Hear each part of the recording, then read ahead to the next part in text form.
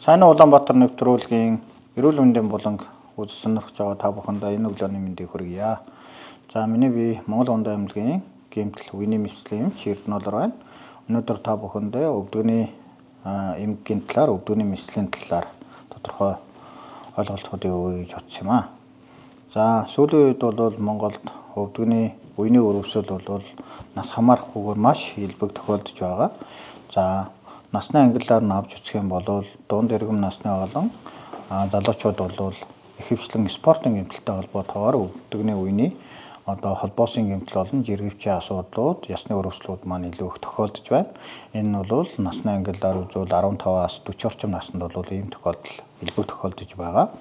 За түүнээс дээшээгээ болоод ирэхээр ясны өрөвсөл болон мөгөөрсний өрөвсөлтэй холбоотойгоор үе мөчний өрөвслүүд ялангуяа өвдгөн дээр илүү их остеоартритийн өөрчлөлтүүд илүү давмгаалan үүсэж байна.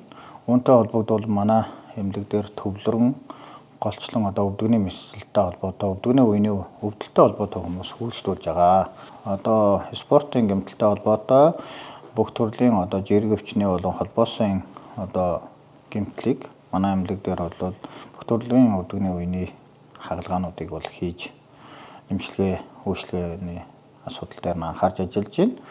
За ер нь бол өсвөр насны хүүхэд маань сакс волейбол тоглоод янз бүрийн биеийн хүчний ажил хийсэндээ холбогдуулаад фитнес илүү хийсэнтэй холбогдуулан эсвэл манай үндэсний бөхөр хичээлж байгаа жудоогоор хичээлж байгаа хүүхдүүд маань ихэвчлэн холбоосын гэмтэлд их өртөж байна.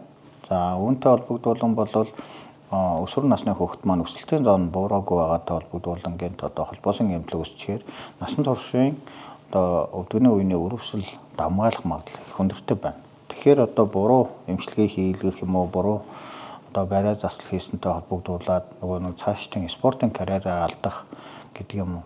Ийм асуудлууд бол их үүсдэг. За хамгийн сүүлийн жишээгээр ихэд манад 18 настай нэг охин үйлчлүүлсэн. Тэгээд тэр маань үндэсний шгшээ багийн тамирчин байсан баг. Тэгээд 2-3 удаа хагалгаа хийлгээд эсвэл гадагш шгшээ явуулаад ингээд яасан ч нэг өсөлтийн зоон зогсоогүй. Үүнээсээ болоод нэг удаагийн хагалгаагаар шийдэх ёстой байсныг нь хүндрүүлээд мөгөөрсөнд гэмтээгээд тэр хүүхэд маань эргээд өөрөө спортоор хичээлэх байтугай үений өрөвсөлтөө болоод ингэж яаж байгаа. Тэгэхээр бол мэрэгжлийн сайн эмчид хандаж эмчилгээ хийх нь бол зөв.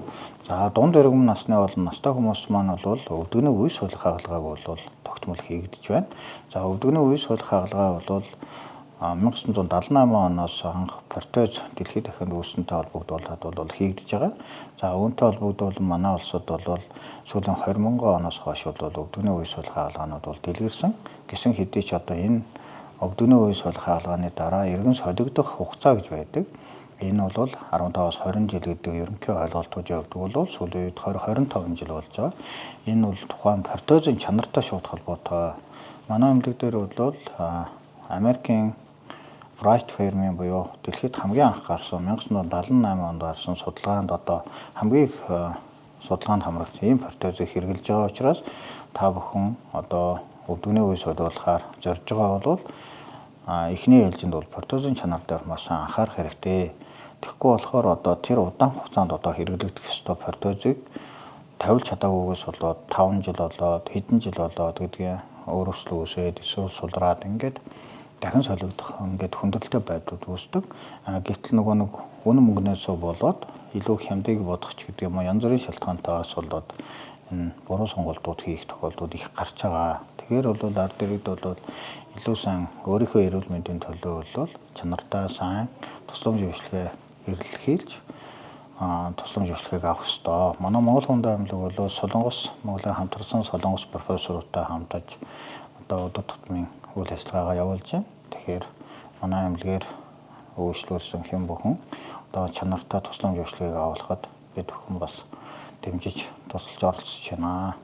За өсвөр насны залуучууд бол ерөнхийдөө өвдгөн эвгүй хөдөлгөөн хийгдээд хавгнах юм уу улаах явж чадахгүй болох шатаар өсч уруудахад хөл алддаг болох өвдөх ийм тохиолдолд бол яралтай нарийн мэргэжлийн эмчид хандах хэрэгтэй.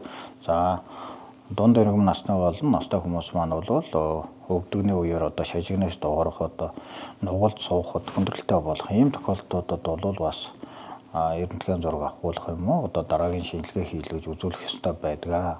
Одоо шууд бол өвдөгний үеинд бол барай юм уу одоо зүү эмчилгээ гэдэг юм уу ийм зүйлүүдийг мэрэгжлийн бус хүнээр хийлгэсэнтэй холбогдуулаад дараагийн хүндрэл өгж байгаа учраас манай эмнэлгийг зорж өндөр түвшний нарийн мэрэгжлийн эмчт хамтаж эмчилгээ хийлгэхийг хүсье. Сайн Улаанбаатар нэвтрүүлгийн эрүүл мэндийн болон үзэж байгаа та бүхэндээ баярлалаа. Эрүүл мэндийг хүсье.